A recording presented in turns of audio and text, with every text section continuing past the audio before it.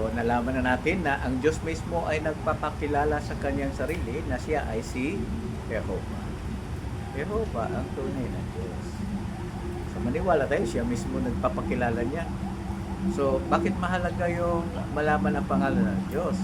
Isipin mo, pwede ka bang magkakaroon agad ng malapit na kaugnayan sa isa na hindi mo man lang kilala ang kanyang pangalan? Mahirap yun. Katunayan niya, sinasabi natin sa ating mga anak, mahal sa buhay, na don't talk to strangers. Kasi lalo na hindi man kilala, strangers kasi hindi yan kilala sa pangalan eh. Kaya nag-iingat talaga tayo. At minsan alok tayo sa mga taong hindi natin kilala ang pangalan. Pero kapag kilala na natin, siyempre, makikilala na natin, magkakaroon tayo ng tiwala sa Kanya. Ngayon, bakit hindi natin nakikita ang Diyos? Ang Biblia ay nagpapaliwanag kung bakit hindi nakikita ang Diyos. Sinasabi sa unang Juan 4:24, paliwanag din mismo ng Biblia kung bakit hindi natin nakikita ang Diyos. Si Jesus mismo nagsabi nito, ang Diyos ay Espiritu at ang mga sumasamba sa Kanya ay dapat na sumamba sa Espiritu at sa katotohanan. Ano daw ang Diyos? Hindi natin nakikita. Espiritu.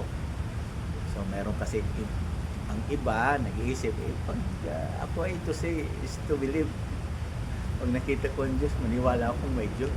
Pero hindi naman makatuwiran ang ganong kaisipan sapagkat may mga bagay tayong hindi nakikita na umiiral naman.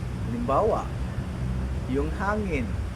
Di natin nakikita ang hangin, pero alam natin may hangin. Kaya kung mainit, di ba? Electric fan tayo. Gusto nating mahanginan.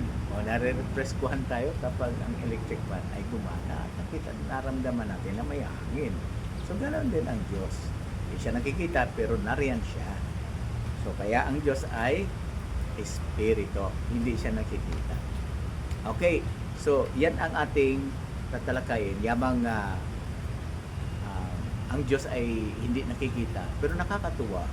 Ipinasulat niya sa Biblia ang kanyang pangalan, di lamang yun, pati na ang kanyang mga katangian. Gusto natin malaman, kasi kapag alam natin ang pangalan ng Diyos at ang kanyang katangian, di maganda, no?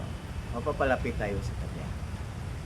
So, alamin natin sa susunod na episode kung ano ang mga katangian ng Diyos para mapalapit tayo.